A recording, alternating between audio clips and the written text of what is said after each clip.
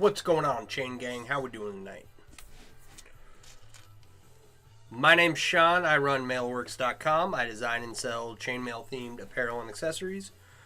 And I make chainmail. And if you don't know what that is, think like, Lord of the Rings, Kingdom of Heaven, King Arthur and his Knights of the Round Table, Braveheart, all those medieval style movies or settings. Chainmail's a type of armor, and it's comprised of weaving rings together into a specific pattern. And in the last 30, 40 years, it has evolved quite significantly to where we make cool stuff like enormous chainmail jelly cubes, which is what I'm currently working on, and a host of other things. So, right now we are 15 rows wide by 15 rows long, and we're working on the 11th row right now. So, hope everyone had a good day. It's Tuesday. For some reason my kid is off school Thursday and Friday this week, and I start work on Thursday. So, that'll be interesting. Other than that, didn't do too much today. I spent the bulk of my morning trying to recover my Instagram account. That thing is locked up tighter than Fort Knox. I don't know what's going on. Someone legitimately hacked my Instagram account. I have the email with their new email address in there, and I cannot get through any of the ways in which Instagram provides. I've tried contacting people. So it's a whole thing. I spent a lot of time on it this morning. I'll spend some more time on it this weekend. I would like my account back. That would be awesome. But other than that, I was weaving rings, and thanks for the follow. Appreciate you. Getting stuff done this morning. Made some nachos for lunch.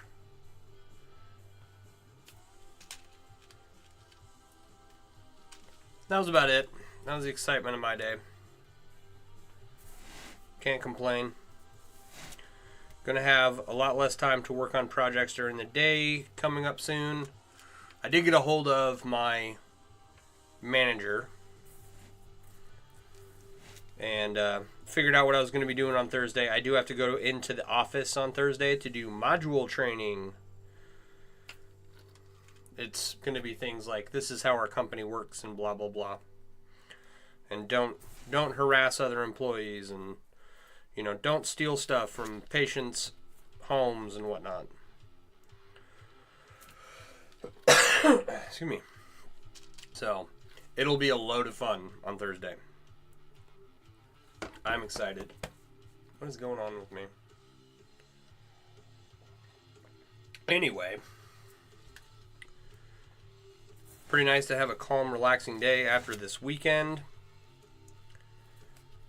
Friday I was on chaperoning a field trip. Saturday I was out at a trap shoot, and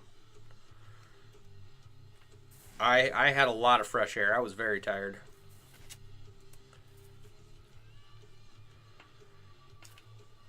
So I just got to chill at the house today.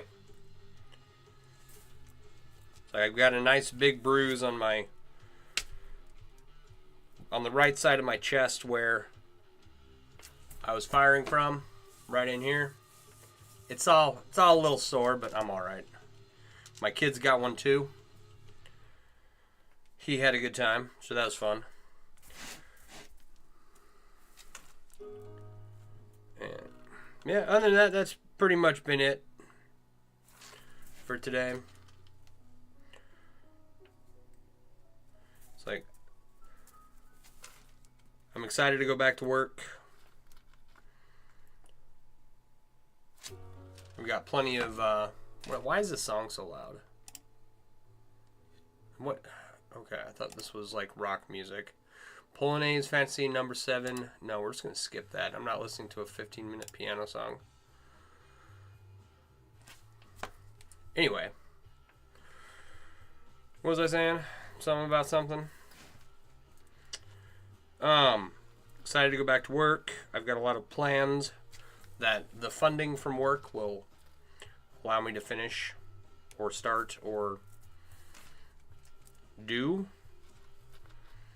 For anyone who has not seen the giant 30-pound chainmail cube that I made, I initially tried to suspend it using some galvanized pipes to hold it in place, and that did not work out. But it was okay because I have other ideas incorporating the galvanized pipe that I bought.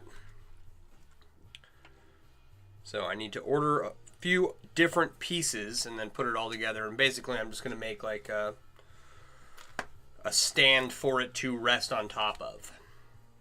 Because I don't want it to just be a 30-pound metal cube sitting in someone's window. I want it portrayed as if it is a piece of artwork, which of course it is. So, and then I was contemplating ideas for some of my other larger projects. Lord knows when I'll get to them because, like I said, I was trying to have this cube done before I started at this new job, but that clearly has not happened. I've got, if my math is right and I'm somewhere close, I've got about 6,000 more rings to add to this cube. And I weighed everything out today, right? All the rings in this coffee can. I had them in a big old Coffee Mate creamer can, but it was like a third full, so I put them in a smaller can to take up less space. Pretty much all the rings in here are going to get used up on this cube. I'm not going to have any left over, and I might run short by a few rings. We'll see. So if my, I know the weight's correct, but if my math is correct, then I will be cutting it very close. So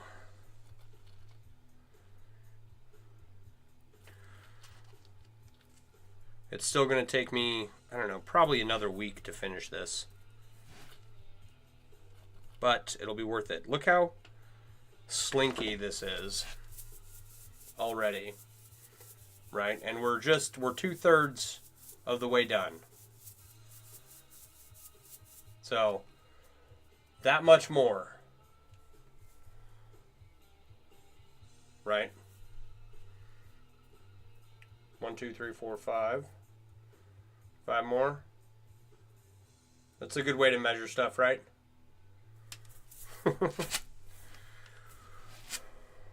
Where was I working? So, I'll be excited to have this done. And since...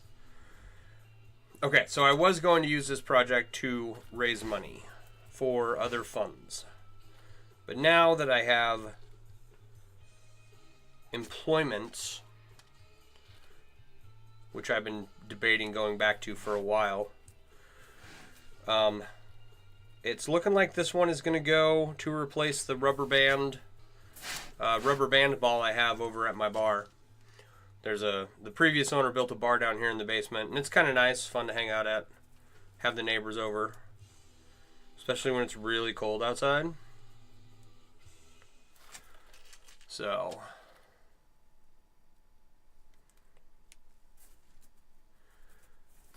I made a rubber band ball at my last job because all of the medication packages from the pharmacy came in like 1 month bubble packs. So there'd be 30 bubbles, and inside each bubble was a medication.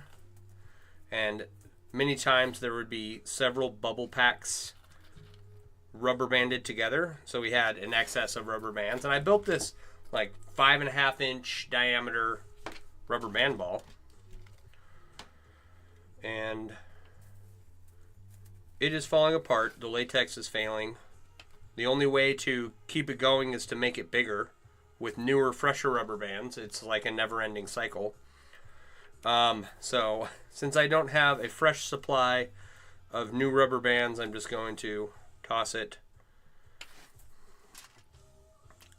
and replace it with this cube here.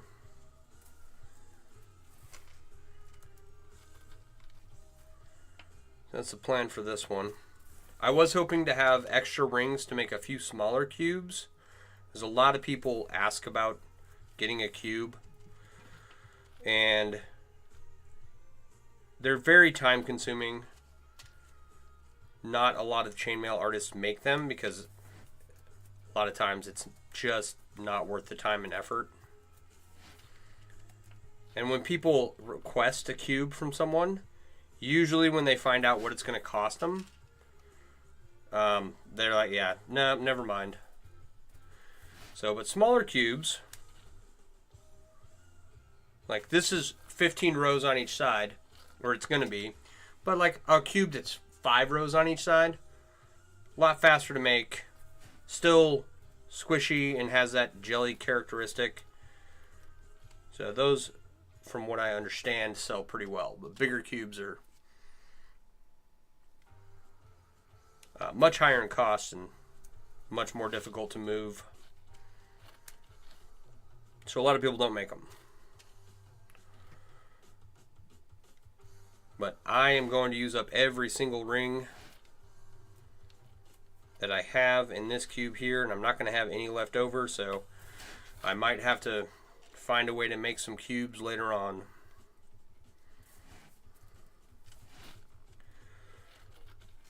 But I am looking forward to getting this done. After this, I'm going to move back to the motorcycle project. I have made armor. Tank Hill, how you doing? I've got 3 shirts and a motorcycle vest, all made from chainmail. It's one of those things that there's as much effort put into one of these cubes as goes into like a chainmail hauberk.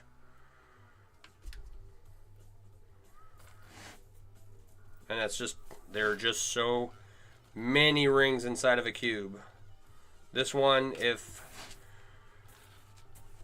the math is right, this one should have 18,299 rings in it when I'm done. And that's more than enough to make a shirt out of most ring sizes.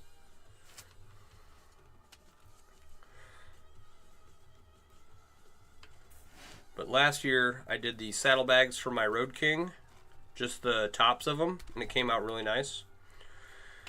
And this winter I want to wrap the toolkit in chainmail and make a leather and chainmail motorcycle bib for my Road King. And that's all because I was actually making a blackened stainless chainmail shirt.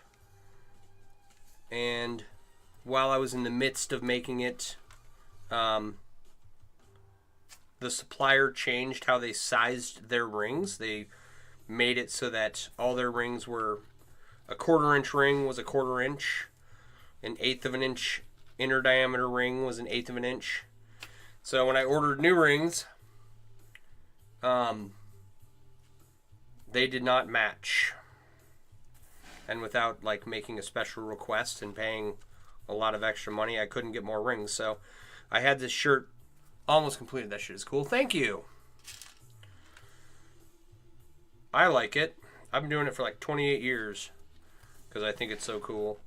And not all that 28 years was dedicated specifically to chainmail, but enough of it was that I've gotten a lot done over the years.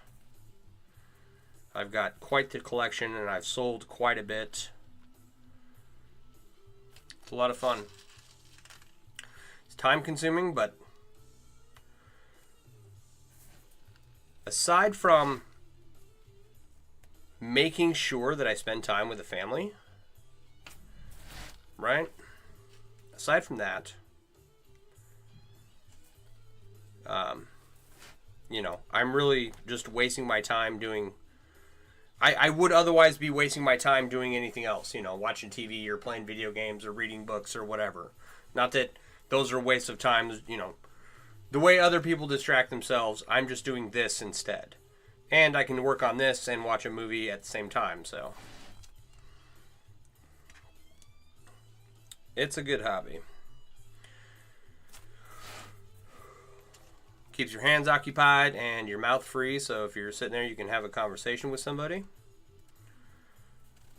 But it keeps your mind free on a lot of weaves, right? Like, I've been doing this. This is called Japanese 4-in-1. And what it is it's layers of Japanese 4-in-1 stacked on top of each other, basically, right? Now, if you can see, each ring on the interior has 4 rings running through it, right? And it's based off of a historical Japanese weave. So,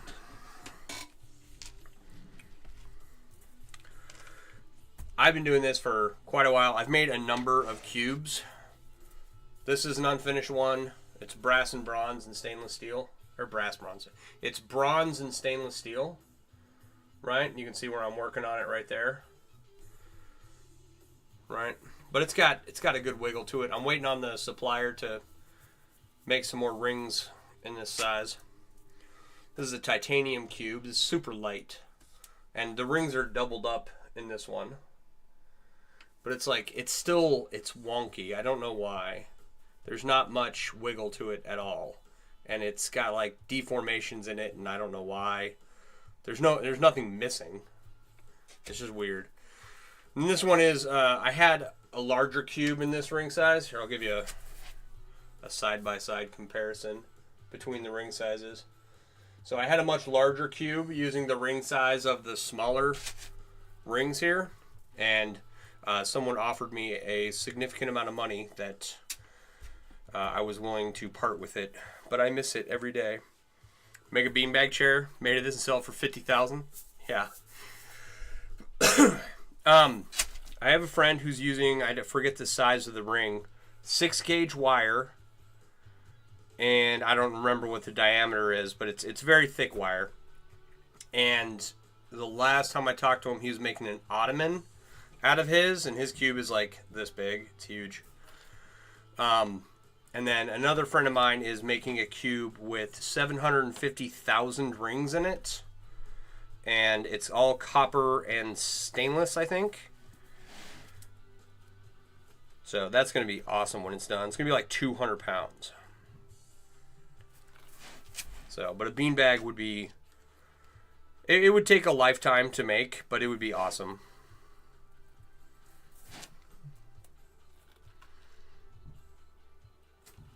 And it does. It looks soft and squishy and whatnot, which, that's all fine. It's when you get it, like, at the max angle it'll stretch to, it's hard as a rock. So, it's very deceiving. But yeah, I've gotten a lot of requests for, like, beanbag chairs or beanbags or different shapes and whatnot, and I've seen other people make different shapes. I've just never had the opportunity to explore that myself. So I know it can be done. I'm just not familiar with the limitations of it, or lack thereof. And then I get a lot of requests to fire a projectile at it, which this is aluminum, and so it's not going to do much to stop anything.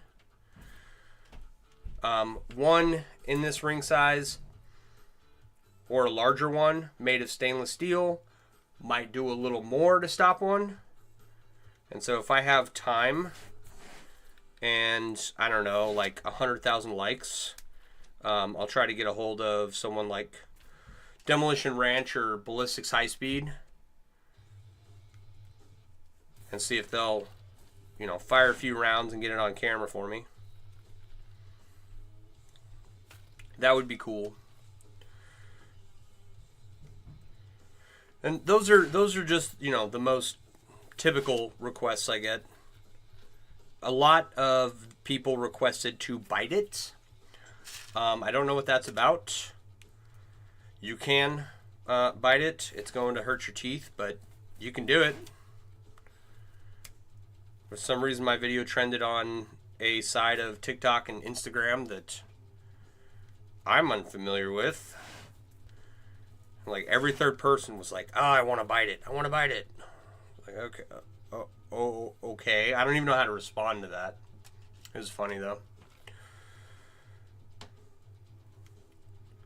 And then the only other common theme that I got when I was making videos for, it was a different cube, but same idea.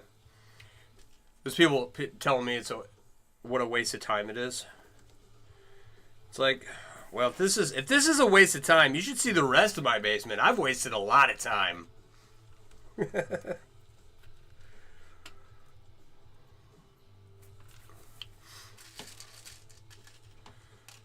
It's like I've got inlays with 30,000 rings in them, shirts with 20,000 rings, countless jewelry pieces, coffee cups wrapped in chainmail, and then a whole clothing line dedicated to chainmail, right? Jerseys and robes and I don't know what else. Coffee cups. A lot of coffee cups.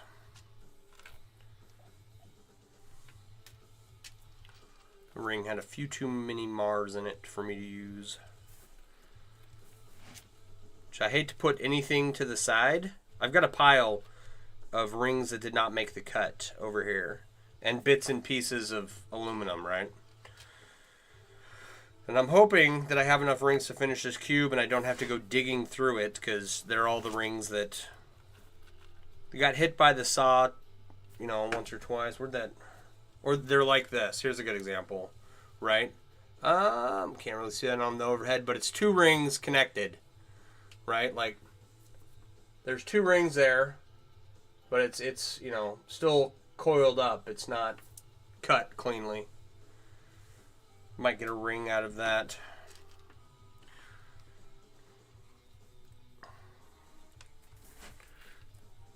So I don't want to dig through that pile. I'm hoping I have enough rings to finish it. We will see what happens.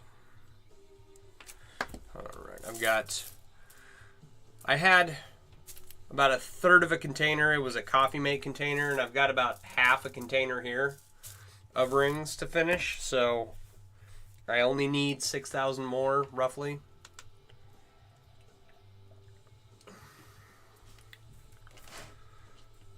We'll see what happens.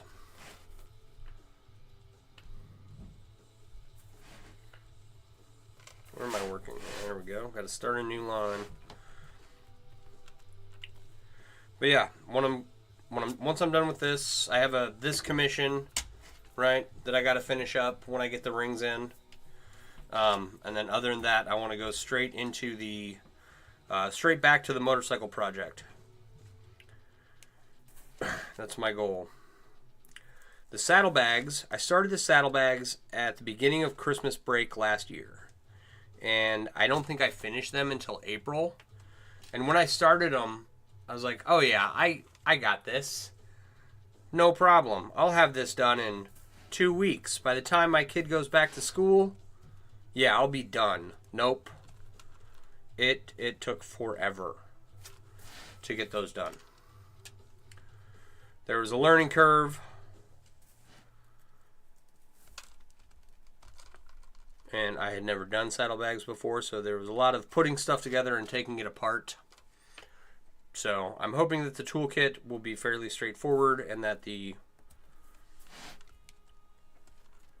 motorcycle or the gas tank bib will be fairly straightforward, but we'll see. I've got a Road King, so it has this odd protuberance on top of the gas tank, and there's no clear way to connect it in the front, and it's like I've got to get out there and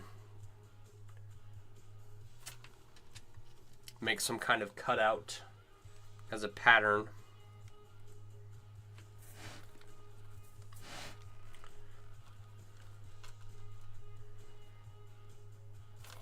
So if I start those early, I'll have those done by the time it's riding season next year. And at the end of riding season next year, what I'd like to do is I'd like to take the front and rear fender, the side panels, and the gas tank and have them all hydro dipped in a chainmail pattern I'll make on the computer.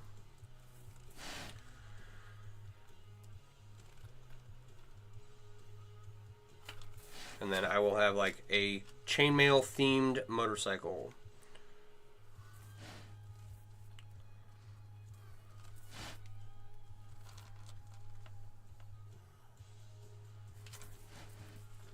And I think that'll be really cool.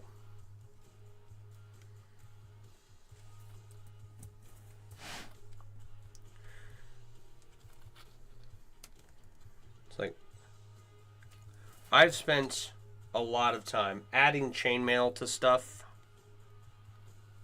Mostly coffee cups. And it's like my way of, I don't know, showing off my work because I'm running around wherever I'm at. So why not do it to my motorcycle? That was my thought. And now I have some chainmail on there and it's awesome.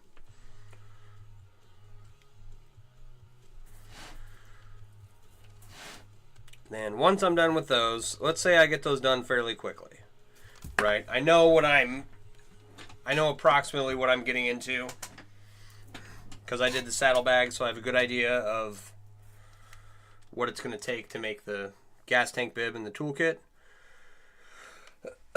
So hopefully those won't take too long. And if they don't, then I've got some guitar straps and belts to work on and couple dozen pieces of jewelry to make, and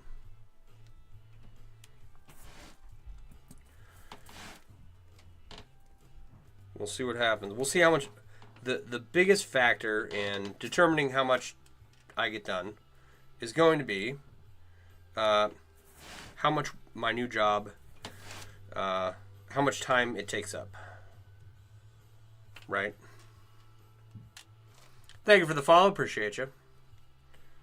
So that is going to bring my progress to a crawl, but hopefully I will still be able to stream what I'm doing, and we'll still manage to get some projects done. That's my goal anyway. And if that doesn't work out and I have to work and, can't play, it is what it is. It's like I've got to go back to work. My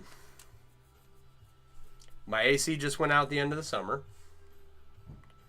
My son's dog, it's a corgi, tore up one of my carpets, and I would like to replace all the flooring on the downstairs on the main floor with wood flooring. It's like I got to replace the carpet. And then my deck is falling apart. And I need my house painted. So it's like, all right, I can struggle to do all of these things myself, or I can go earn a little money and hire someone else to do them.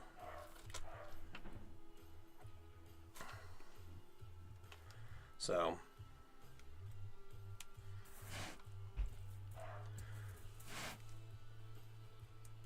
it's like I've done my best to get everything off my credit card that I can. And, putting the AC on there hurt. It's like I don't want to be paying that off for forever. So my only requirement for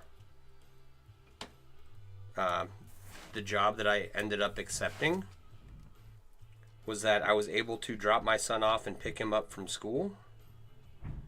And from what it sounds like, I will be able to do that, so. Oh, and I was thinking, okay. What was that? Oh, got an email. So, these rings are a little rough, right? They're still, I tumbled them. I cleaned them up nicely. And the tumbler that I have is not, the opening The opening is probably about the size of this coffee cup. So what is that? 3.5. Actually, I have a way to measure it. It's 4 inches wide. Obviously, I'm not, the cube's not going to go in the tumbler that I have, right? The body of my tumbler is a bit larger, but the opening is about, I'd say it's about 4 inches wide. So, there's like these tracks that the tumbler sits in, the tumbler barrel, and that spins it around. So I'm going to get a bucket, and just, I don't know, some like athletic tape, and build up some rails to sit in the tracks so that it'll spin it around. And I'm going to try tumbling it that way. We'll see if that works.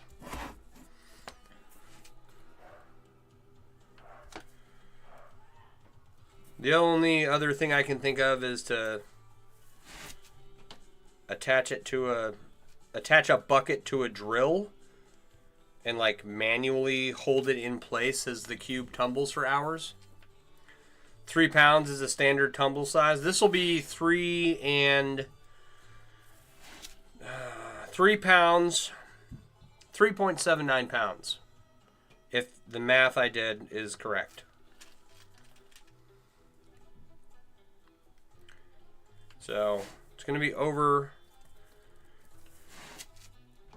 Actually, well, that can't be. Let's do a Google. Franklin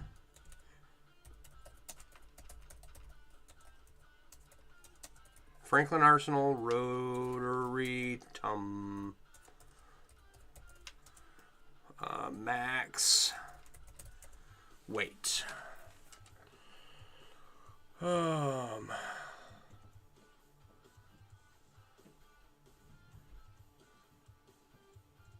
Let's go to Amazon. Let's see here. It's got a 7-liter capacity.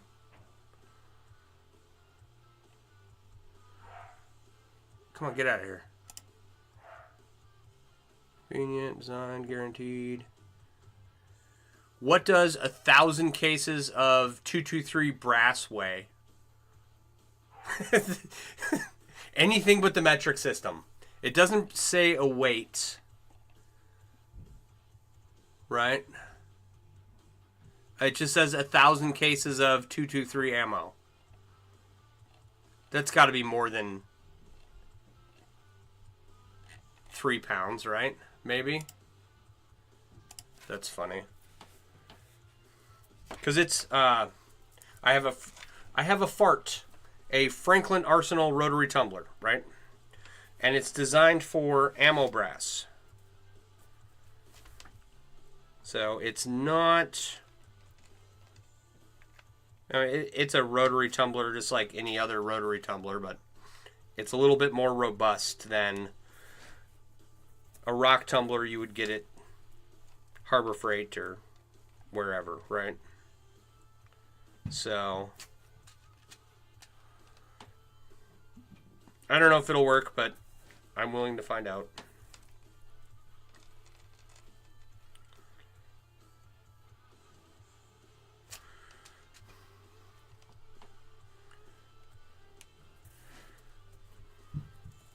It's like I just need to polish it up a little bit, get some of these rough edges off here.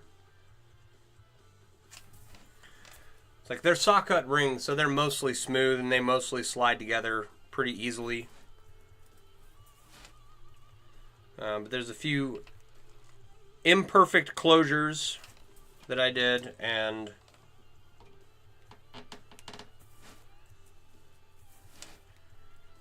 like if you, I don't think you can see it on camera, right? But I've got glitter all over my work mat here, and that's from, little pieces of the ends of the rings that didn't get tumbled off when I initially tumbled it. So it just needs a little more cleanup. Now I should have when I got these rings and tumbled them, I should have made sure that they were all nice and clean, but I did not. Let that be a lesson to you. Learn from my mistakes. Bury them in the middle where they don't be seen. Well, I gotta bury the whole cube. Is that what you're talking about, John?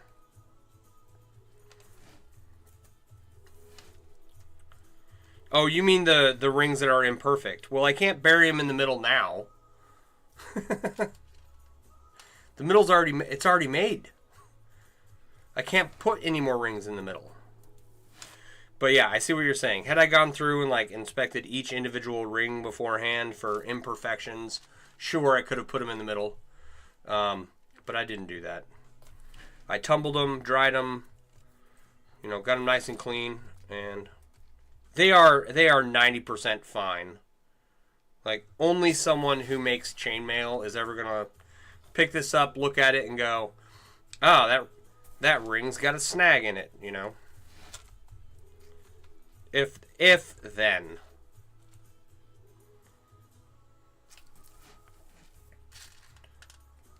So, it's fine.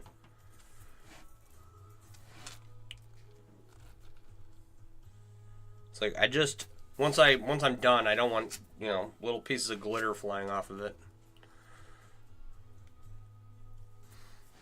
That's one of the hazards. Carpenters have the man glitter of the sawdust that they create, and chainmail artists have the glitter of the rings that they work with.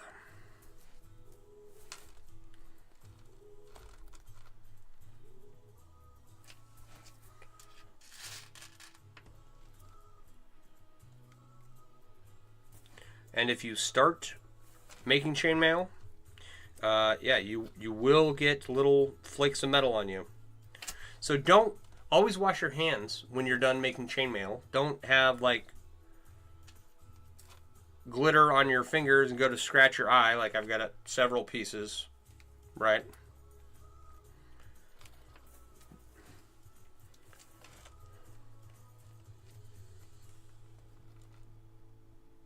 Like don't get a piece of metal in your eye because you didn't wash your hands when you were done.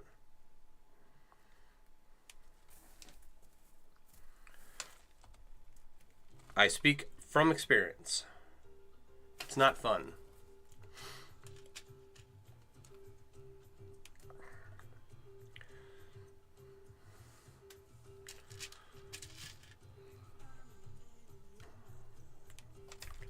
All right, I am talking too much.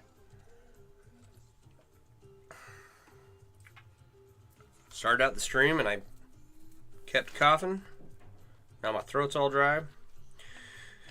So that was one of the things that when I made the decision to not move to streaming like 6 hours a day, I think was the most I was going to be able to do. It's like drop the kid off at school, come home, turn on the computer and start streaming and just stream all day. So we are 40 minutes into this and I've discussed everything that I can think of, but also I just can't talk for hours like some streamers do. Keep a magnet close by. Kevin, how you doing? Yeah, I mean a magnet would help.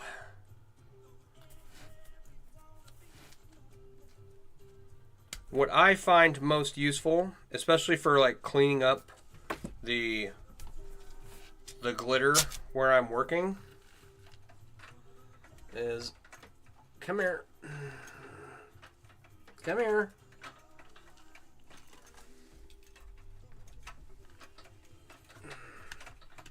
Well, I was going to show it to you, but it's shy. Fail. I'll put that back later. Okay, so what I find most useful when trying to clean up my workspace from little pieces of metal is this lint brush. It pretty much picks up near everything. And since aluminum isn't magnetic,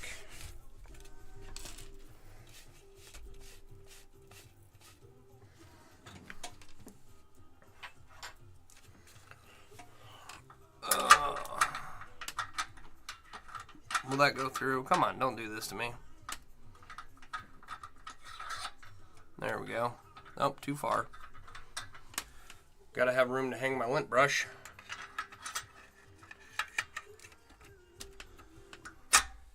It's hanging off an Allen wrench that's just placed in one of the holes in the frame of my desk here. Very sketchy setup. But I have a lint brush on hand and it works. And I picked up that trick from another chainmail artist. So I won't claim that one as my own, but you guys can use that tip for free.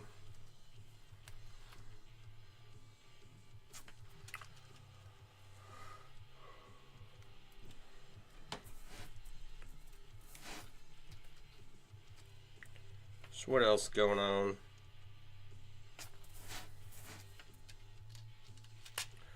Can make it magnetic if you can get a charge through, though. Powder costs spray gun to positive charge whole workspace. Watch the sparkles.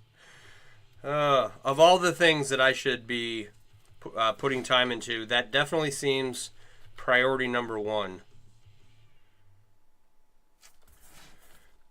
So I need to clean up my workspace. Let's go buy a powder cost spray gun. Or a powder coat spray gun. No, it's fine. The last project I worked on, which was my blackened stainless and spring stainless 30-pound cube, right? I don't know if you can see like the wear pattern in this work mat. That's almost all from that big. It's a 9-inch cube on each side. And it just wore the crap out of this mat. And blackened stainless is dirty. Okay, you can clean it up pretty good, but still it's going to rub off on your hands and get all over your workspace.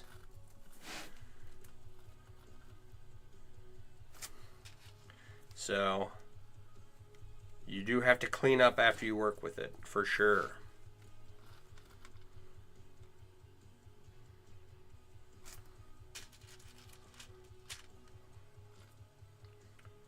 All right. And if you're getting into chainmail and you're new to it, I highly recommend investing in a tumbler. You don't have to buy the Franklin Arsenal rotary tumbler that I recommend, but a tumbler it's a game changer when it comes to your work. It's good for deburring and polishing your rings and cleaning them up. And you don't want to tumble everything. Like, you want to be very careful tumbling anodized materials like aluminum, titanium, or niobium. Like, tumble those with, like, walnut shell. That'll shine them up a little bit, but don't tumble them for too long because you will wear the anodization layer off.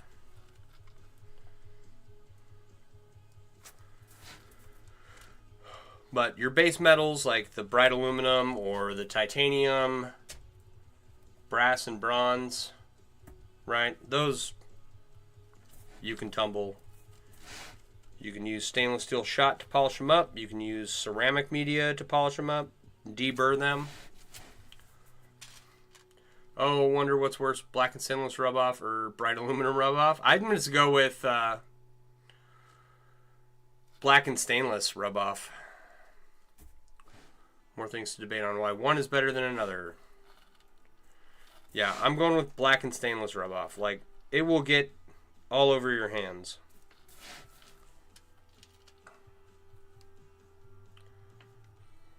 Bright aluminum rub off is not that bad. It washes off fairly easily. And I've read up on the process of how to blacken stainless rings, and I'm not an expert by any stretch of the imagination, but my understanding is that it involves some kind of heated oil. So you heat the rings up and put them in hot oil of some kind, and that makes the rings black. somewhat darker. And it's good for a cool color contrast.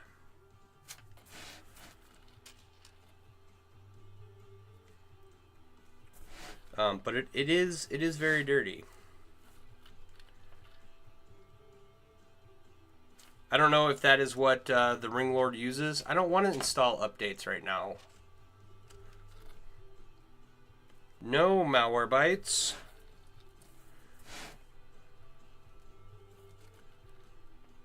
What are you doing, Step Antivirus Protection? Baking oil like cookie sheets and gun bluing are the two you know of? Yeah. I've never tried it. I don't want to try it. The electro-anodizing process to anodize titanium and niobium is just fine with me. I don't want to get caught up in trying to darken or blacken stainless rings or anodize aluminum in my house.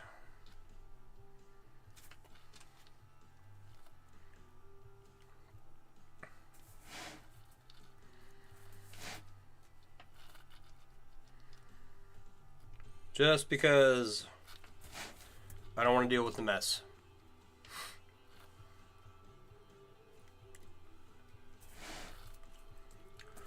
Alright, what is that doing? Malwarebytes is up to date. Great. Thank you. I don't know why that decided to kick off midstream, but whatever.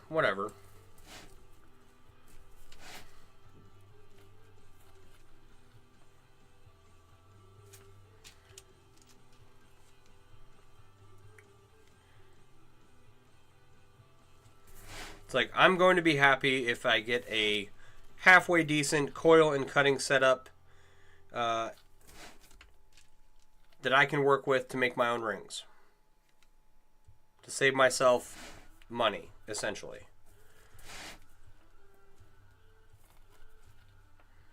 So,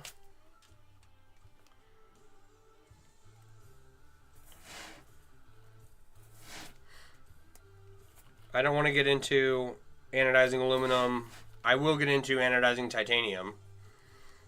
I don't particularly care for niobium as a material. It is very hypoallergenic, and a lot of people like it for that. But the stuff I worked with was, it felt very flimsy, and it's also expensive.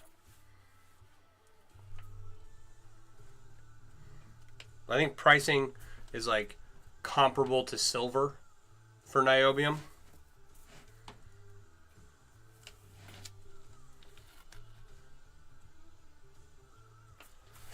So it's expensive to purchase and work with. And it doesn't feel as sturdy as the silver that I've worked with. So, I don't know. Maybe I need to try it more, but you can electro-anodize it in your home. Some safety precautions, and you're good to go.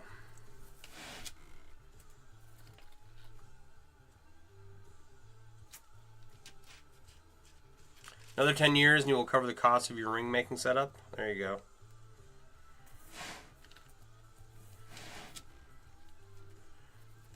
Well, are you going into full-time production? Is that your goal? Or are you just making them for yourself? And is the cost of your ring setup, does that include all the wire you bought? That pallet full of 500 pounds of metal? 500 pounds of wire? John bought a lot of wire. John's over on Facebook watching. For anyone curious, I do have an overhead camera looking at my workspace and a front-facing camera on Twitch, X, YouTube, and Facebook. All under the same username. So if you want a different view. But if you just want to stay here on TikTok, just understand that I'm not talking to myself when there's no one else in the room. I am responding to comments. I'm not a crazy person, I promise. But that is something people get tripped up on. They're like, who are you talking to? And one day I will have a TikTok stream key, and you guys will get to appreciate my overhead camera setup. Sarah, thank you. How you doing? We're making a very large, a moderately sized jelly cube. We've got 9 more layers to go. So we're going to make it that big on each side. And right now it's 15 rows wide, 15 rows long, and 10 and a half rows high. So we're getting somewhere. Did I finish that row? I did. You're good? That's what happens when you go to bed at 6 p.m. Oof. Are you on the West Coast? Where is it 6 p.m.?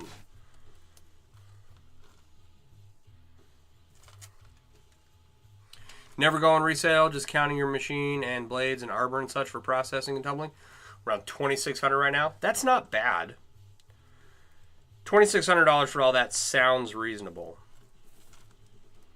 I don't know what it should cost or what like the market cost of a ring making setup is, but that sounds reasonable. Don't do that.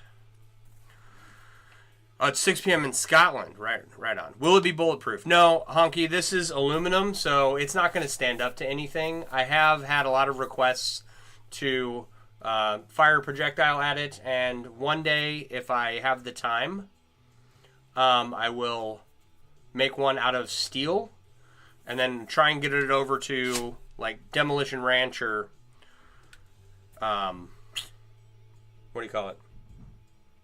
Ballistics High Speed. Those seem like good guys to get this to make a good YouTube video for it. Oh, you're in Scotland. I have friends are they in Scotland or England? I think I started in Scotland and moved to England. I don't know where they live now, but they live over there. Right on. How's Scotland? I've never been. I have an ancestor that came from Glasgow, and that was like 370 years ago, and now I'm here. Bro's doing work for 3 Defense. I don't know what that means. I hate it when I don't understand a joke and someone has to explain it to me. But I'm not going to lie.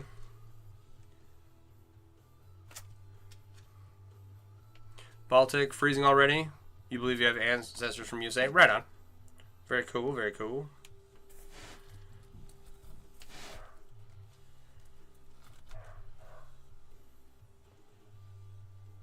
I hear the corgi barking.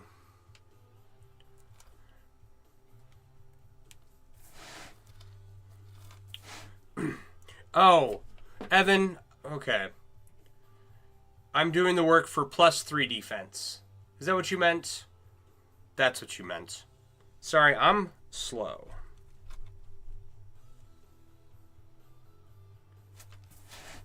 And yeah, a whole, even just a couple rows thick of this turned into some kind of vest if you use stainless steel, right? Like, you're going to have a hard time getting through it. Someone would have to be very motivated to get through something like this if it was a garment. And we know that it works because this is based off a historical Japanese weave called, well, we call it Japanese 4-in-1. In the like chainmail period in Japan, I don't know what they called it, to be honest. And the main difference is that these rings are butted, which just means that the ends of the rings butt up against each other. They're not welded. They're not riveted. They don't overlap in any way. They're just rings, and then you open them, weave them, and then close them back up, right? So if you look closely, you can see that every ring has 4 rings going through it, right? And hello, Funky Pink. How you doing? I can read. In the period where the Japanese were using chainmail, the ends of their rings would be twisted around each other. Right? That's how they made sure they wouldn't open. You can use a taser if it does not load. It'd be spicy versus male in modern day. A high-end capacitor or a cell phone battery will make a great display of a suit of metal armor. Yeah, if you're wearing chainmail as a protective garment, don't get tased. And don't stand in a lightning storm. Oh, wow, like chainmail, they use it. Yes, exactly like that. Exactly that, in fact. Just, excuse me, the art aspect of chainmail has advanced tremendously in the last 30 to 40 years. I've been doing this for 28 years now, plus, and we have a lot more materials available. A lot more suppliers have popped up providing chainmail supplies specifically that cater to the chainmail community. And it's just, you know, you see, I don't know, in the large chainmail group over on Facebook, there's like 19,000 people in there now. And every week someone's coming out with some huge project. And it blows your mind. You're like, how did you even ever think of that? You know?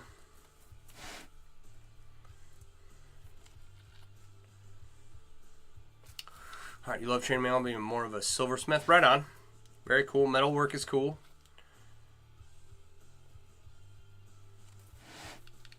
I have some friends who are silversmiths. They do really awesome stuff.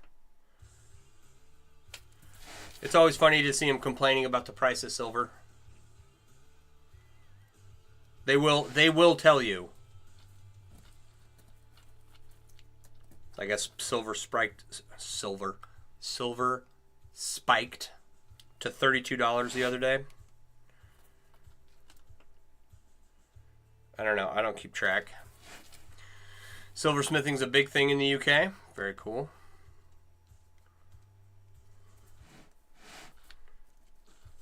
We got someone from the UK and someone from Scotland. But the Scotland is part of the UK, but not all of the UK is Scotland. So you got what? Scotland, England, Northern Ireland, Wales. Is that the 4?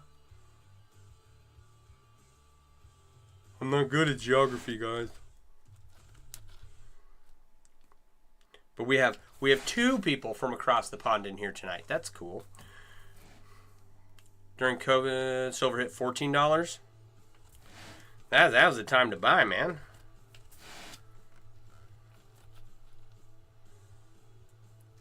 Was it a sustained $14, or was it like it dropped down to $14 for a split second? All right. Yeah, UK. Also, chainmail, you're in... Okay, we got someone in London and someone in Scotland. That's awesome. So I have sent stuff to those locations.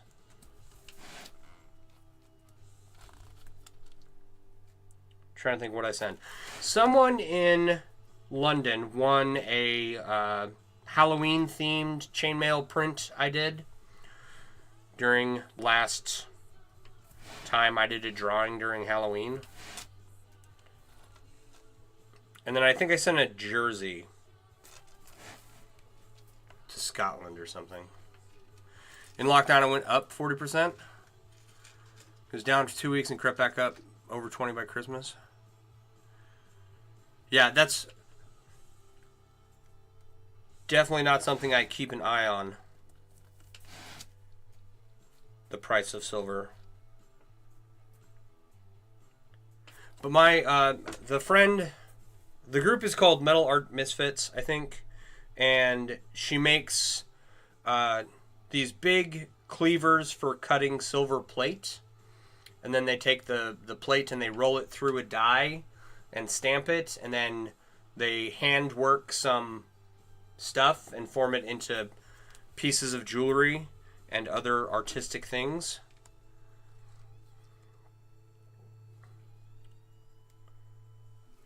Yeah, it's fun. I want to get a world map and go back through all of my orders from my website. And most of it's Canada, Australia, the UK, and the US. Right? Yeah, a texture plate. That's what she makes a lot of different ones and sells the plates. And then does a bunch of individual pieces herself. And it's one of those things that I would love to get into. I'm just so far behind in the work that I have before me that if I ever do catch up and have the opportunity to learn more metalworking skills, I would definitely add it to my repertoire, but it's going to be a hot minute before I get there, so we will see what happens. If they could make a... Here's what I need. I need a self-driving car that'll drive me from patient to patient, and I can weave while I'm waiting to get to the next patient's house. Because I'm not going to be able to drive and weave at the same time when I start my new job here. They're expensive in UK, about $150 for one to get through the rolling mill. I would have no idea what she charges for hers, but $150 for a plate plus the rolling mill, right? How many pieces do you have to make to recover that cost? Right? I don't know, and you don't have to answer. It's just like, yes, it's 150 pounds. So what is that in US dollars? Is that like $260? 300? I don't know what the conversion rate is right now. Another thing I don't keep track of.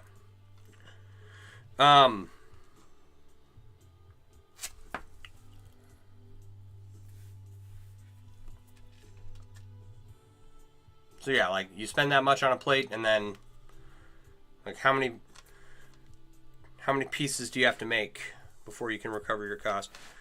It's just always how I think about tools. And many times there's a plate for your logo embossing to silver would be a cool collaboration. Yeah, it would. I should do that.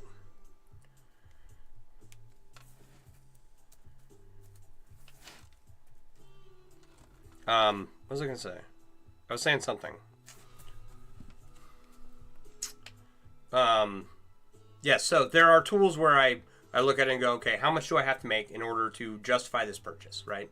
And then there are tools that are very expensive that I won't ever really justify purchasing them, but I want to have them because I want to have them. But it doesn't matter. I don't have any money right now anyway, so not any extra. All depends. What am I making exactly?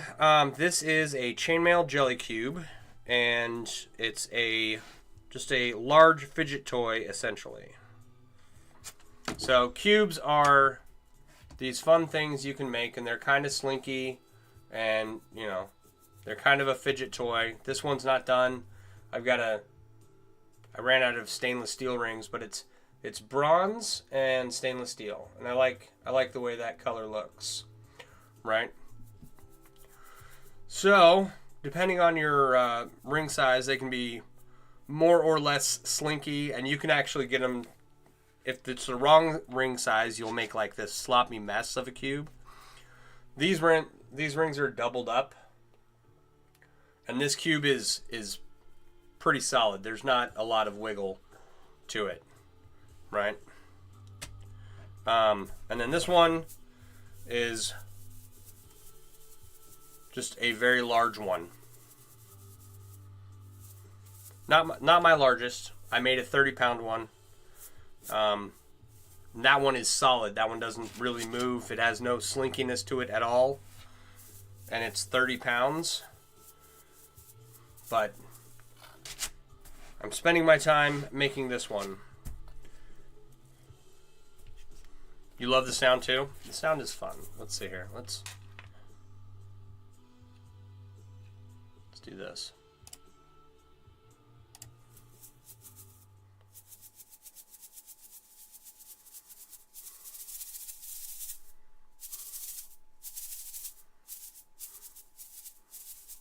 I have no rhythm, so...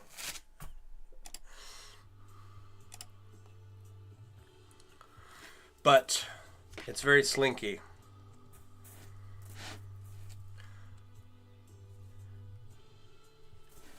And this one is not going to get any color. A lot of times people will make a core out of bright aluminum and then cover the outside with anodized aluminum rings. But it's just going to be the bright aluminum for this cube. I don't like to work with anodized aluminum unless it's for static projects, just because the anodization layer of aluminum, titanium, niobium is very thin. And when the rings rub together, they have a tendency to rub the anodization off. And so it all depends on how much you use or wear an anodized piece as to how quickly the color will come off. It doesn't come off right away, but over time it will come off. So I like to use that for static pieces. This titanium one I will anodize, and if I ever make a really good slinky titanium cube in the future, I'll probably anodize that too, because titanium is electroanodized, and it's, you know, if you rub off all the color, you just re-anodize it, get a different color. So that's my thought process anyway. Well, thank you. I think it's cool too. It's, you know, it's a big fidget toy, right? And I'm making this because I have the perfect rings to make a cube from. But there's a ton of stuff you can make with chainmail, so. Like all my jewelry. I've got a guitar strap here. I've got a little sculpture I did. Dice bags. Belts. Armor.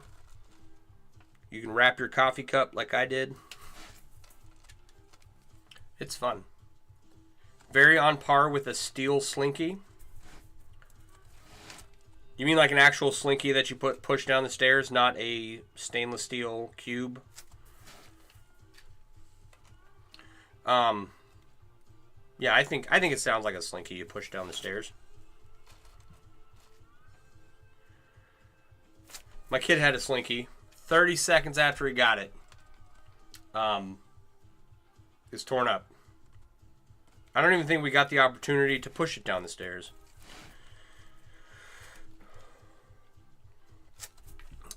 Mac, how you doing?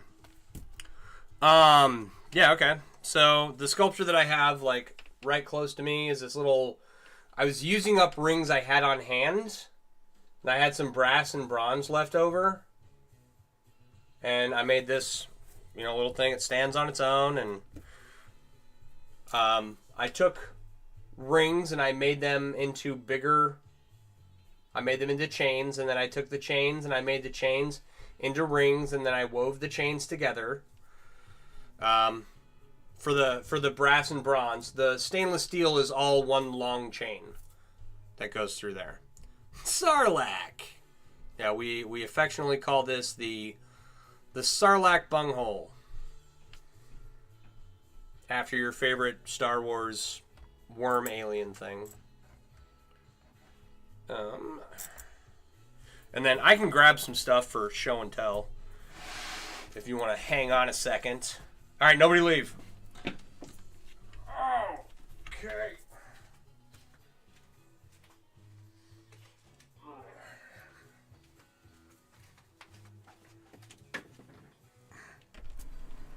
There's the biggest cube I ever did. I'll show it to you in a second.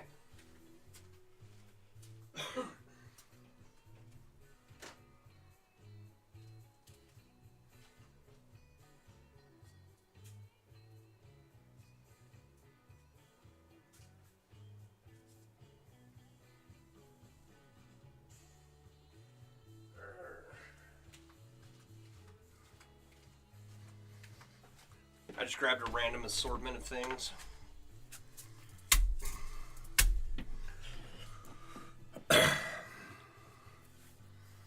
Okay. I'm going to try and lift this up. I'm going to also try and not make a mess. This is all of 30 pounds. Right? It's very heavy. Try not to make a mess. Okay. So there are 4 ball bearings in there. And I used small rings. There's 2 ball bearings on each side. Right? I don't know if you can see those right there. And then 4 on the bottom here. So there's 16 ball bearings on the outside and 6 on the inside, right? I used small rings to make the big rings, and then I wove these together just like I did for this cube here. It's a Japanese 4-in-1 pattern. And then because these big rings are not round, they were sliding past each other. So I added all these little chains of Byzantine around each big ring to make it just a giant solid piece. It's 30 pounds patch, 30, 31, something like that.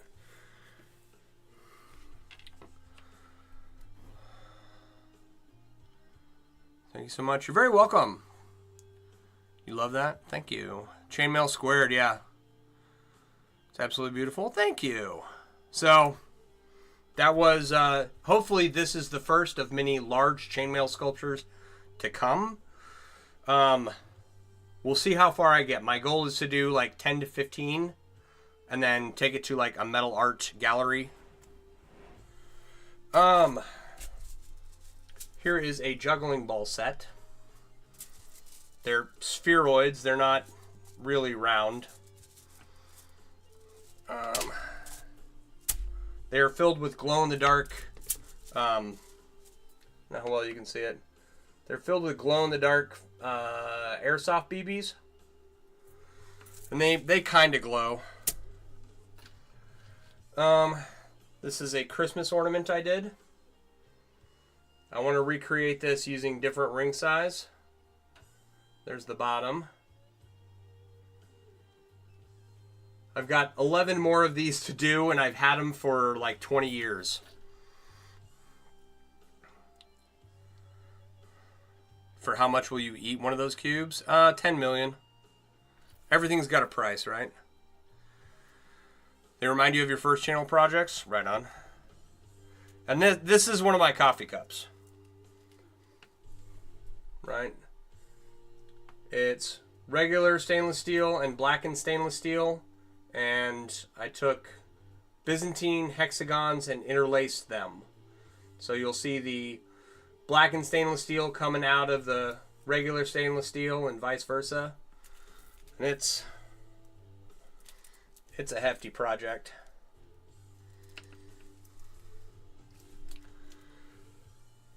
And then this, it's a little spinner. It's got a ball bearing captured inside there. And it's fun because it spins for quite a while. And I got this in a kit from another chainmail artist. You think I like chainmail? Yeah, just a little bit. I only have a whole store dedicated to clothing with chainmail printed on it. I've been doing it for like 28 years now. All right, let me move this monstrosity.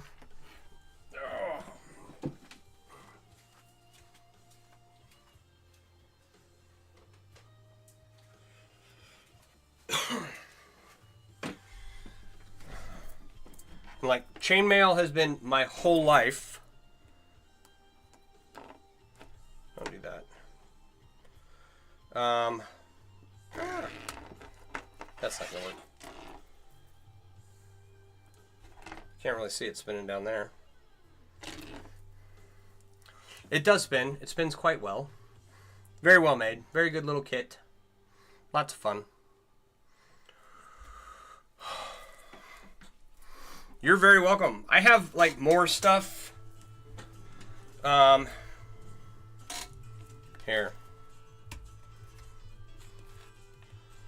me turn this music down. This is a monkey fist I did recently. Same thing as the little Sarlacc piece. I had rings. I ordered them. I didn't really have a plan for them. And I'm using them up in different projects. Thanks for the follow. Appreciate you. And cups and seat covers and other cool things. Yeah, there's a lot of cool stuff in my store. And there will be more cool stuff to come. I just gotta find time. My last inlay is over on the couch. You want me to grab that?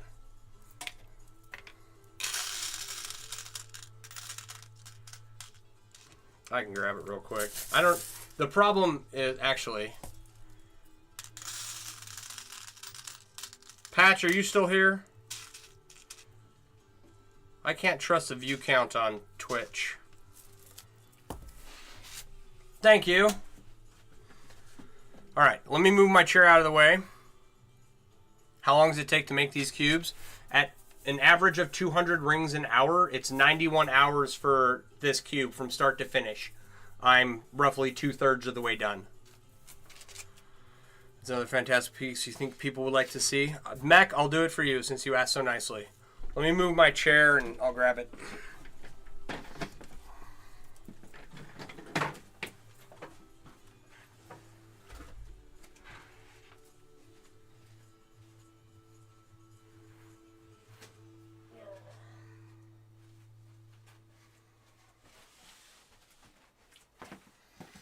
Alright, let me change this camera angle. For anyone on Twitch, X, YouTube, or Facebook, this is the last chainmail inlay I did. The latest. It says Finnegan's Wake on it. It's got a big sheet of leather behind it to give it some background. And for everybody over on TikTok, I don't have a lot of room to show this to you. But you can see at the top, that's how it's connected. You can see the lettering. It says Finnegan's Wake. Then you can see the dags at the bottom. This thing's heavy, dude. Alright, I'm going to get this out of the way. Hang on.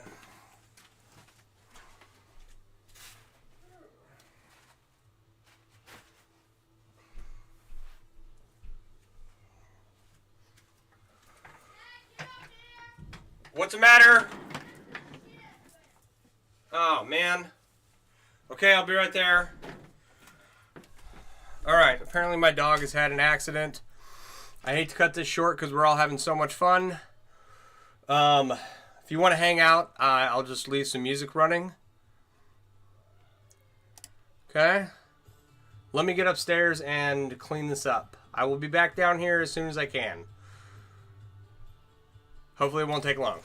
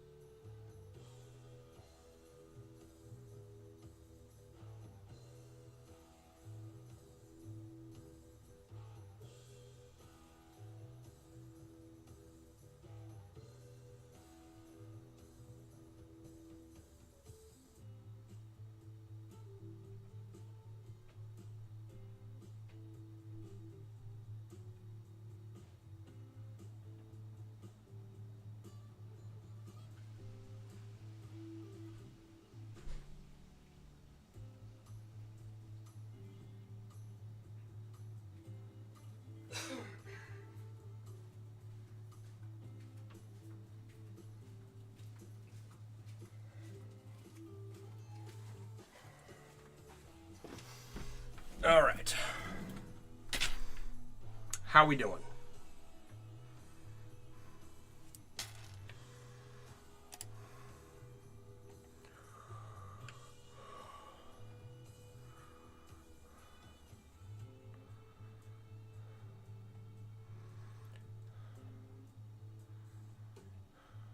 Max from Berlin said that's insane. Thank you.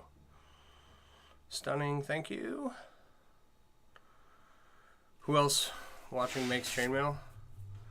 Done a bit. Made a few random things.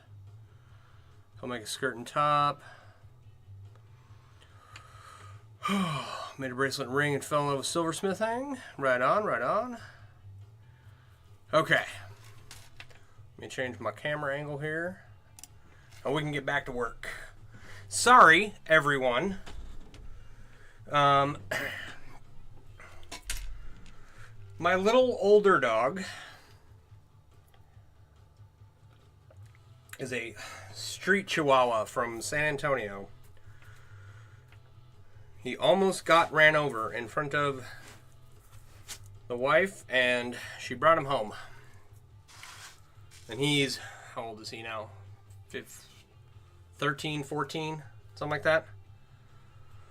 So,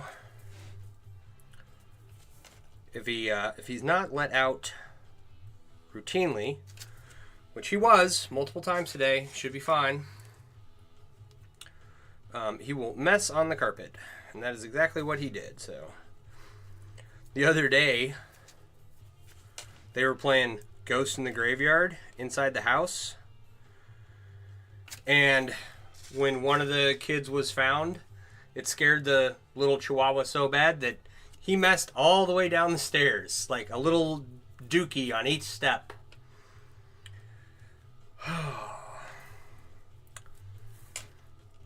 It's all cleaned up. It's fine. I'll get the shampoo machine, the carpet shampooer, out tomorrow and thoroughly clean it. But that's one of the carpets that got chewed up by the corgi, and it's going to get torn up and thrown out and replaced with wood flooring anyway. So, Ghost in the Graveyard, I think is what it's called. I don't really know how to play it, but it's like tag.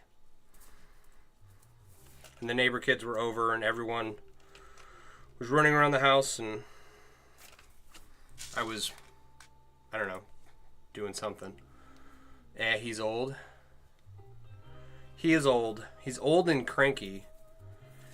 And when you give him treats, he can't see. He's going blind. You can see the cataracts when you get him in the right angle. And so, he used to be very sweet when he took his treats. Very demure. And now he just like latches onto your whole hand trying to get the treat. So he is our second dog. And the corgi is the third. I don't recommend corgis, I'll tell you what. They look cute. That quickly changes.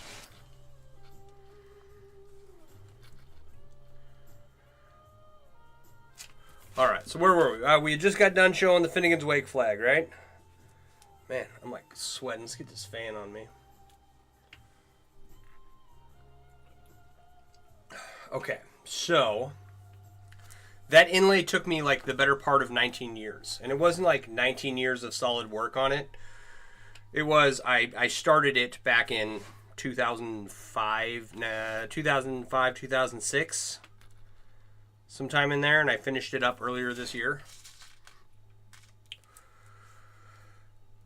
Finnegan's Wake was a bar in Alexandria, Louisiana, and that's an hour away from Fort Polk, Louisiana. And I would drive out to Alexandria on the weekends, because I just spent a year working and living with everyone that I continued to work and live with when I got back. So I wanted to get out of there. And me and a couple friends would go to Alexandria. We'd go to the movies, go to the dinner, go to the dinner. We'd go to dinner. We'd go shopping, and then we'd end up at Finnegan's Wake, and they would have Guinness on tap and live music and nice little cozy hole in the wall. So they had a cool t-shirt design, which is what that inlay is based off of. And I was still fairly new. Right, I'd been making chainmail for like 8 years at that point, but my knowledge base was still pretty slim compared to where I'm at now, right? So I started this project. I did no prior planning whatsoever. I didn't map out the design. I didn't figure out how many rings I needed of each color. Nothing. I just tried to freehand it. And things like the color of the rings changing from batch to batch. Like from one order to the next, the green wouldn't match or the gold wouldn't match. And the design was, 2 rings forward, 3 rings back, trying to get every ring in the right place. So, terrible execution of that project. I had to sit down and grind it out, and it's all on my YouTube channel somewhere. If you want to go see me working on it. Thanks for the pumpkin. So, I finally finished that up earlier this year, and it's not up on the wall yet. It's going, I want to hang it from a spear and use some Celtic themed wall hanging hooks to hang the spear from. So those are the last 2 pieces. And then I've got this like wood cutout of a female pirate over here on my wall, and that's going to go over across from my bar, and the inlay is going to hang there because that's where the most room is for it. So it'll get hung up soon. I just, couldn't justify what does the spear cost? It was like $100 for the spear, and I haven't even found the wall hooks I want. Right, but I couldn't justify spending that much money that I didn't really have until I went back to work. So, hopefully by the end of October, I will have a paycheck and a new spear. That's what I'm hoping for.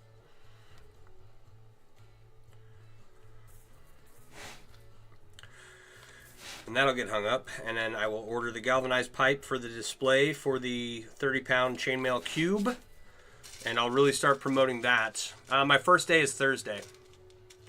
I got to go into the office for a few hours and do some module training, and I'm sure it's like, don't harass other employees, don't steal from your patients, here is your behavioral guidelines kind of expectation of every other nursing job I've had.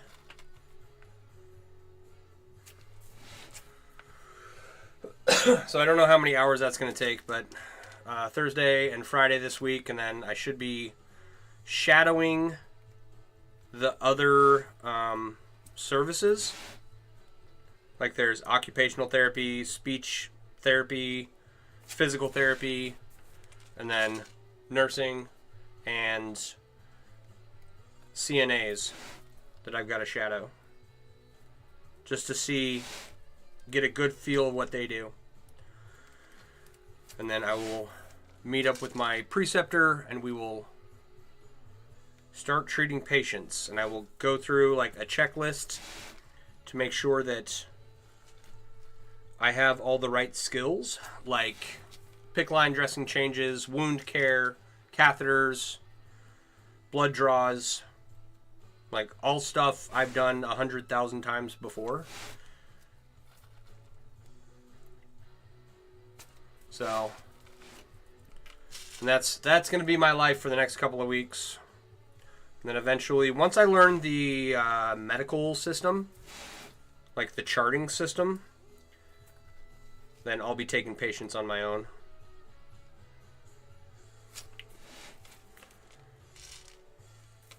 So, and provided I can drop off my kid and go pick him up, I'm not particularly concerned about what I'm doing or where I'm working. This job just happened to appear to be a really good fit with my lifestyle. So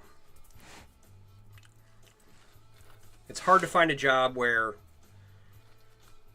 you have to be. It's like I can't start out to go see a patient until 8:30, right?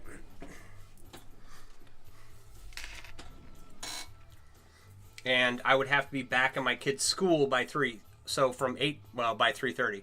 So from 8:30 to 3:30, that's when I can work. It's hard to find a place that can offer that. So you couldn't do that, unfortunately. A lot of people don't. It has never bothered me, and I have been quite desensitized to it throughout the last 20 years of nursing. And then 2 deployments to Iraq. So between that and working in hospitals and taking care of patients for the last 20 years, not much bothers me. I won't go into detail about what does bother me. I don't think it's a community guidelines violation.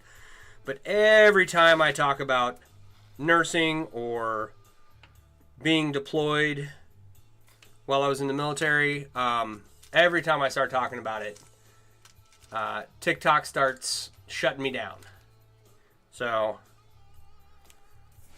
I don't like speaking in code, so I just won't elaborate. But there are things in the medical field that make that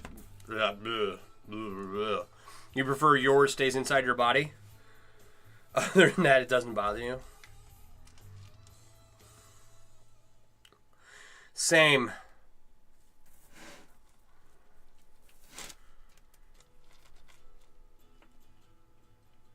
Yeah, so hopefully everything works out. And I figure if I do the math in my head, I'll probably continue working for about 5 years. And then I will re-retire and come back and do this full-time again. Found the perfect TikTok gift for me. Right on. I'm excited now.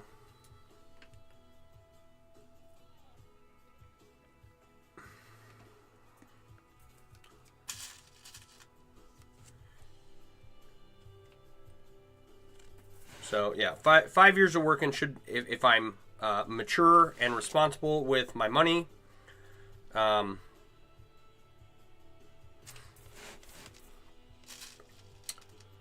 then I can come back to doing this full time. And I will be doing this while I'm working. I can't do it full time. If during that 5 years, the opportunity arises for me to take all of my stuff from my store, and go be a vendor somewhere, then I might try and do that. Like make chainmail, sell it, design chainmail themed apparel and accessories, sell that, right? You have to get some sleep. It's nearly 4 a.m. Nice to meet you. Night, everybody. Funky Pink, you have a great night. Thanks for hanging around while I had to leave there. Do appreciate it.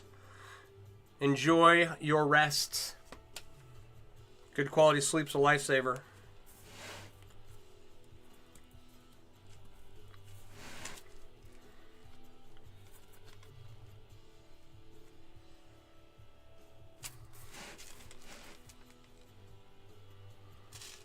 All right.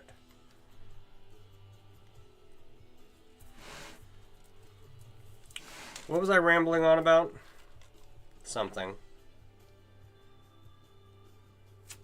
Let's see here. Oh, yeah. Is that a corgi? Yeah. Thanks, Mac. Thanks for making my life a joke.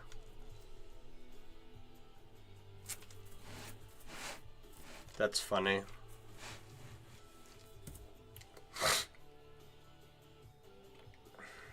Man, it's like the back of my throat and my sinuses are really dry. Anyway.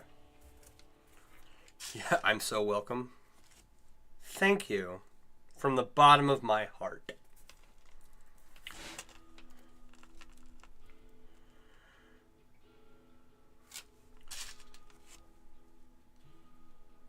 Alright.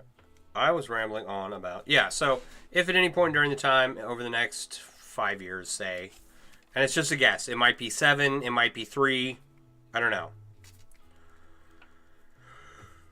I want to get back to doing this as soon as possible, right? But as I've elaborated on, I've got plenty of stuff around the house that needs to be updated or upgraded or fixed, primarily. So it's going to be a bit. It's not going to be immediate.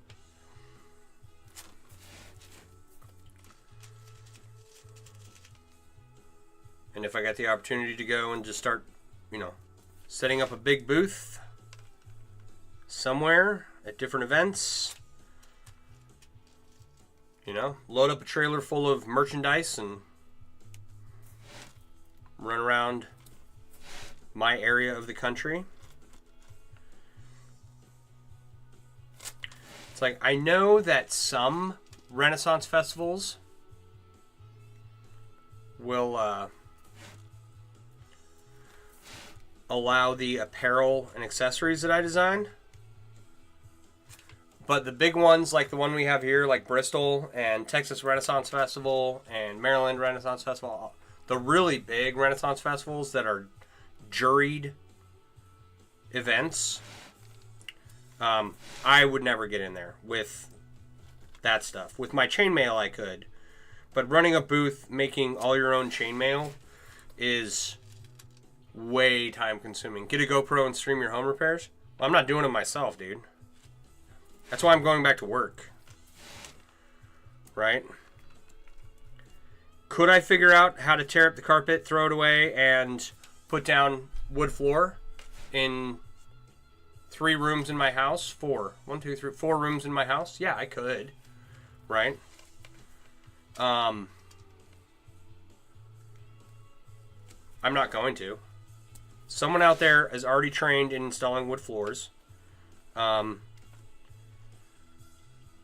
So it's easier for me to go and earn the money to pay someone else to do it than it is for me to try and figure out how to do it myself, right? Because I've got the floors that need to be replaced, the deck on the back of my house that has been falling apart since I bought the place, and I've built the deck before, okay? I don't ever want to do it again.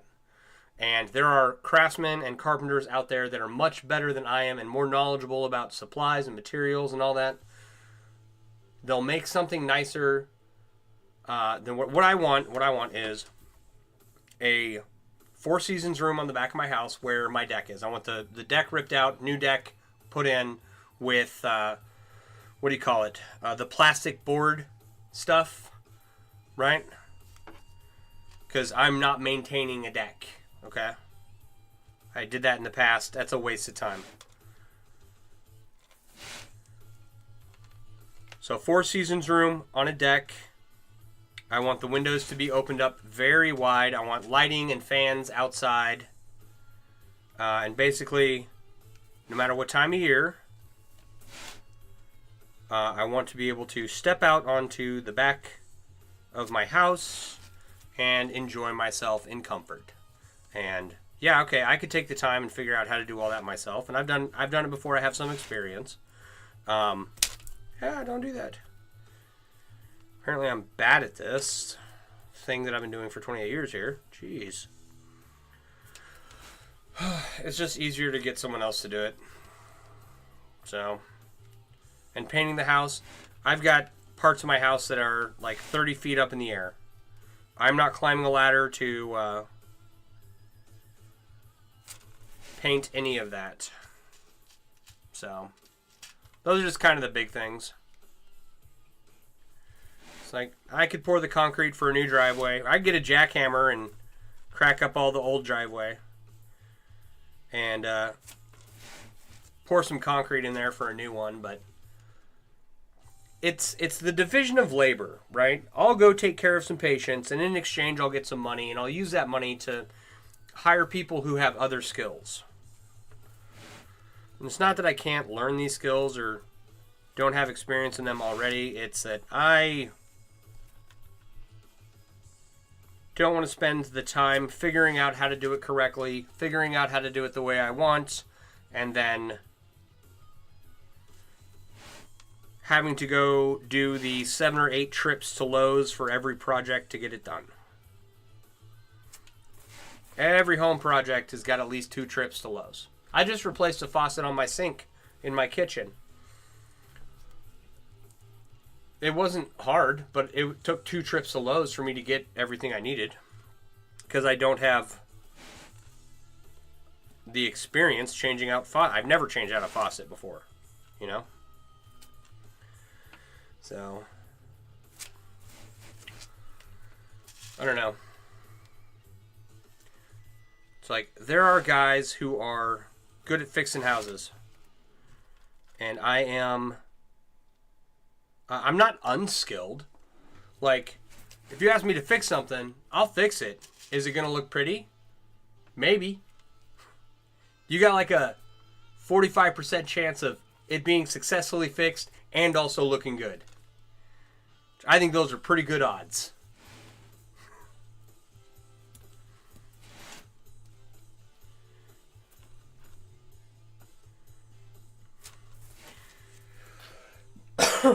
I'd take a GoPro and, you know, do like wound care on camera. That's definitely something that I can't show on TikTok, and most other platforms would give me a, what do you call it? There you go. What do they call that? Where they cover up your photo for blood and gore or whatever. So I could definitely show some wound care on a GoPro, but that is a massive HIPAA violation.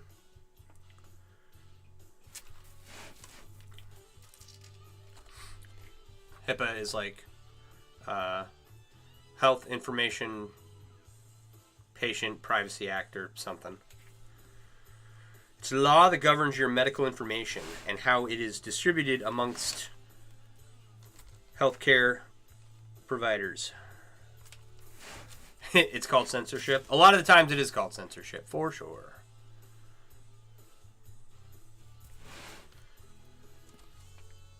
My favorite one is whenever... I've seen this happen a few times now. Right? Someone will have some image of the Lord's Prayer, and they'll put the cautionary label on it. And you're like, oh, what is this? What is this person share? What is my aunt who, you know, wouldn't share anything bad at all? Why does she have this this block on her image, and you click it and it's like, you know, the Lord's Prayer. That's happened a few times on Facebook. It's always just a mistake in the algorithm. Oh, okay. It's a weird mistake, but all right.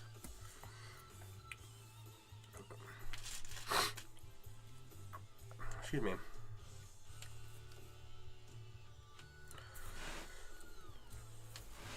All right. So I'm trying to think, how would you get permission to share a wound from a patient? Like, they would have to sign a waiver. The company I am going to work for would not allow it. I'd have to be like a private duty nurse sharing it. But if I were caught, if I took a picture of a patient's wound and shared it to my social media, I think that's a felony. Well, no, there wouldn't be like any identifying information in there. Maybe it's not. Maybe it's fine. I would definitely get fired if my company caught me doing that, though. So, it's not a good idea. Period. And those are the modules that I'm going to go into the office and sit through on Thursday. It's like, what do you do if you have a camera pointed at your patient's wound? You put the camera away. You don't take a picture of it at all.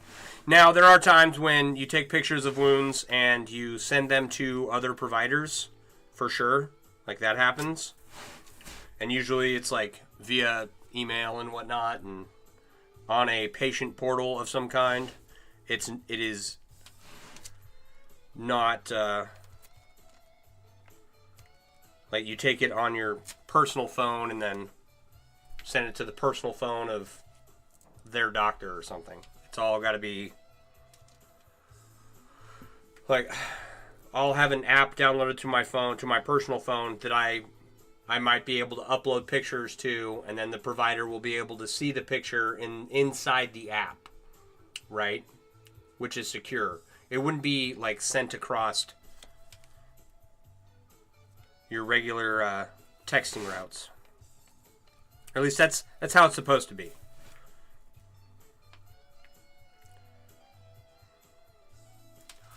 Not worth the risk? Not at all. Yeah. Yeah, they got to be... I mean, there's laws governing what you can do with people's health information.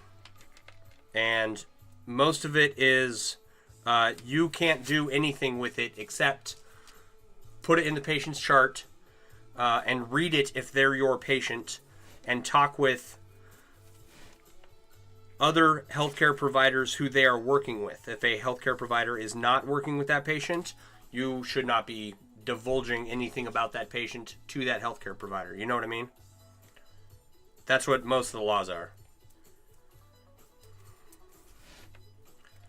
Like, don't talk to patients' family members about their condition unless they give you express permission. Things like that. And some of it is a bit odd. I'm standing in a patient's room with an 18-year-old or a 19-year-old patient, and their parents are in the room. I have to check with the 19-year-old because they're of age, if I can discuss with their parents what their health condition is. Because at some point, some healthcare worker told the parents what was going on in that same scenario, right? And that healthcare practitioner got sued, and it resulted in the law that we have today, right? In the U.S. I know we had a bunch of people from like Berlin and Scotland and London, and these are all U.S. laws.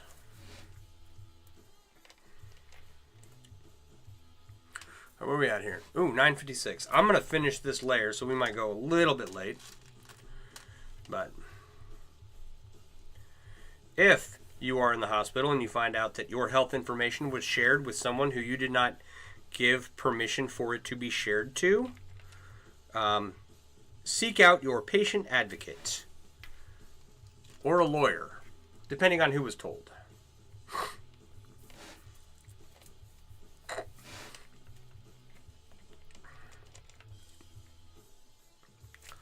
All right. What am I making? Baby, how you doing? So this is a chainmail jelly cube. It's going to be 15 rows wide, 15 rows long, and 15 rows high. And right now we're building it up to the height that I want it to be. And it's a ridiculously large fidget toy that makes cool sounds like this. Sounds like a maraca. Actually, someone made a sheet, a chainmail sheet, and the rings rattled in it. It was super cool. I'll have to see if I can find it.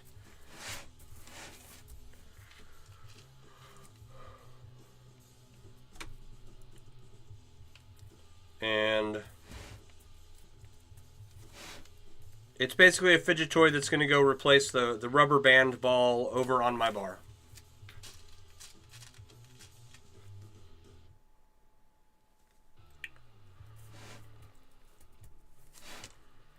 I was going to sell this one. I might still sell it. I'm not married to it. I'm not married to this one the way I was to the larger cube I made out of this ring size. I had one up to 16 rows out of this ring size.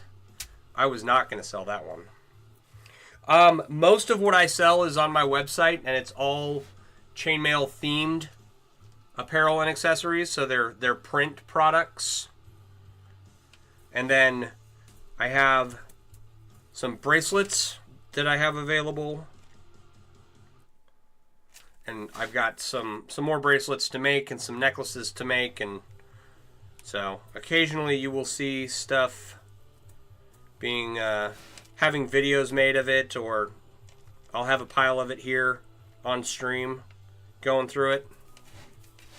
So, but if you are interested, I got to figure out a way around this.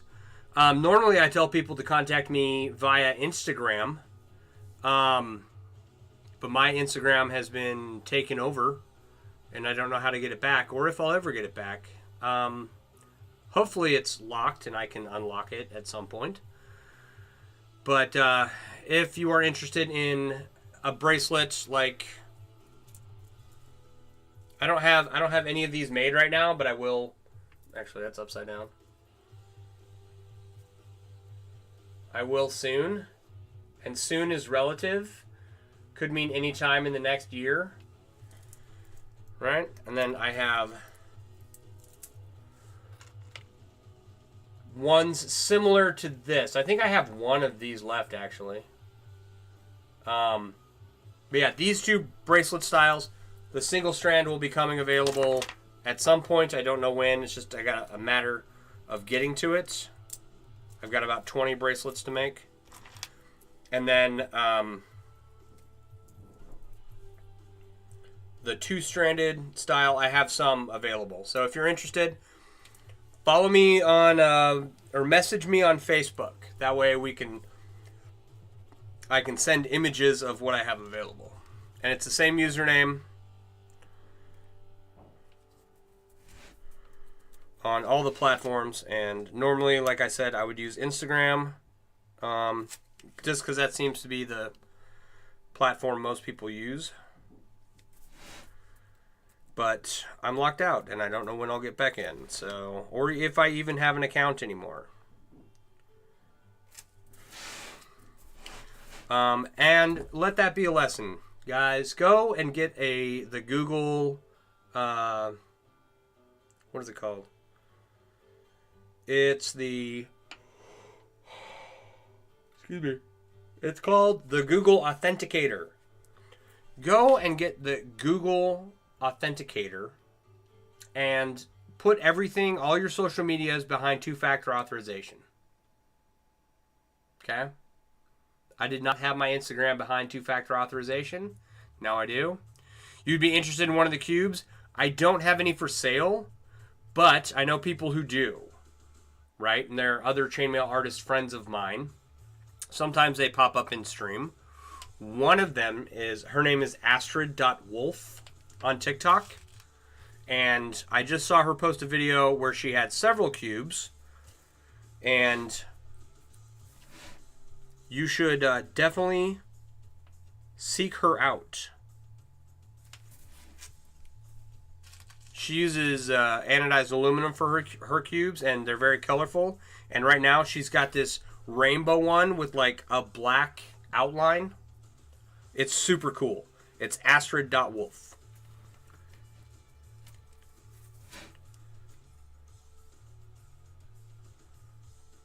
So I actually, if it's still available, I actually might buy that rainbow one from her.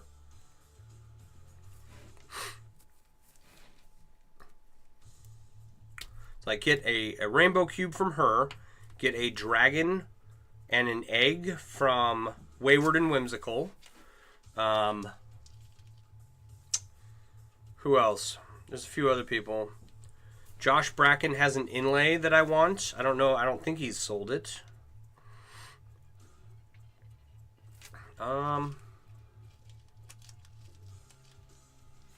Yeah.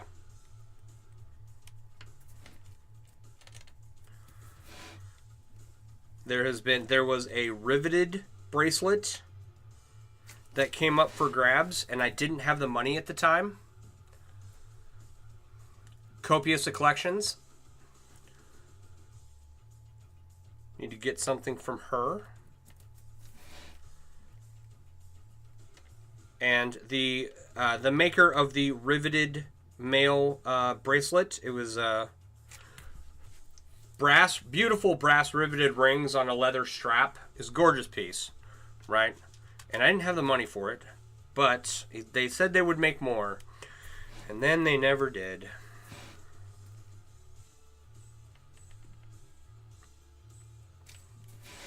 Yes, you bought 2 from her. Bit more jello, but super fun than your normal cubes. Oh, right on. From Astrid. Yeah. Go check out Astrid.wolf. She's got cubes. She's been making them for a while. They're super cool. Just like this one. Because if you tried to get one for me, I got to order the rings, make sure they work, and then we might end up in this situation where we don't have enough rings to order and we're waiting on more, and who knows when that's going to happen, you know. That's the best way to get your hands on one. It's like, I have stuff that I make and occasionally sell. Astrid and Wayward and Whimsical and Sarah, they're all like set up to do vending, and I'm not, so I point a lot of people in their direction.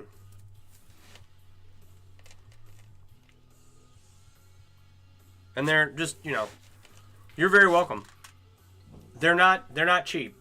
They're very time consuming and very material expensive. They're very material expensive. They're very they're ring hogs. So just know that in advance. And if you don't have one available, or if she doesn't have one available that you want, she will probably be willing to work with you. But, alright. For anyone watching who's like, holy cow, he's making this metal cube at home, and you want to learn how to get started doing this, have I got good news for you. That ring's not going to work. In my link tree. Okay, well, first off, my name's Sean. I run mailworks.com, where I design and sell chainmail themed apparel and accessories. These are print products, and you get like cloaks and jerseys and coffee cups and all kinds of cool stuff. And I made my website because I realized very early on that I was never ever going to be able to make enough chainmail to cover the world. So I did the next best thing. I started my website and was like, all my stuff's going to be chainmail themed. So we've got a lot of cool stuff in there. We're going to have a lot more cool stuff. Once I get to it. I'm just one person. But if you want to make chainmail, in my link tree, the second link is the Mailworks app. It's a web app. You don't have to download anything. You just open it up. And inside, there's lists of suppliers, tool recommendations, where to find other chainmail artists, where they hang out online, forums, and groups and whatnot, where to find other tutorials for stuff. As many useful resources as I could pack into it, right? And more coming. So, if you want to get started, that's where I'd get started. And if you have questions, there's a Discord in there that you can join. There's several other chainmail artists besides myself who are very friendly, and they answer all your questions and help you out and whatnot. So, if you want to get started making chainmail, go to my link tree, open up the Mailworks web app, join the Discord if you have questions. If you want to support me, the first link in my link tree is my Amazon affiliate link. I'm trying to get to my first $100 in sales, and so far I'm at $19.73. There's a lot of chainmail tools, like pliers, like these Xuron 483s are listed in there. I recommend those, and there are several other plier types listed as well as like a tumbler and a work mat and other stuff. So check it out. If you see something you'd like, add it to your cart. Amazon gives me a cut. It doesn't cost you anything more. There's also my website where you can get clothing, coffee cups. Shoes are going to be added at some point. What else? I don't know. Giant snug hoodies. Giant chainmail themed snug hoodies. If you go back on my TikTok videos, you'll see a few videos with a giant chainmail snug hoodie on it, and it's getting cold outside. So there's also a coffee if you want to donate a buck or two my way. I would greatly appreciate it. But mostly, there is a list of socials on there. My YouTube, Facebook. Don't follow my Instagram because I'm not on there right now.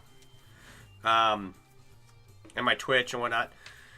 Liking, sharing, subscribing, whatever you call it, on any of those social media platforms is tremendously helpful, and I greatly appreciate it.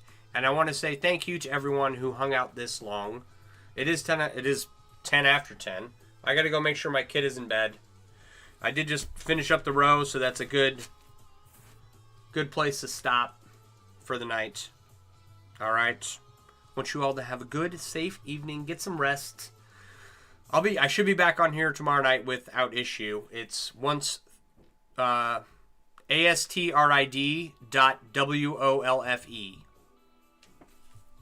Here, let me just do this for you. astrid.wolfe.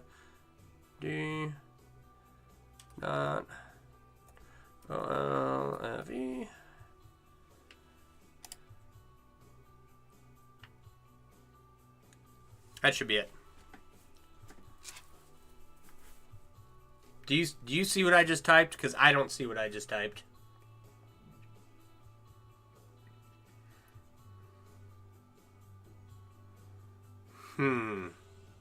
Okay. Cool. Yeah, check her out.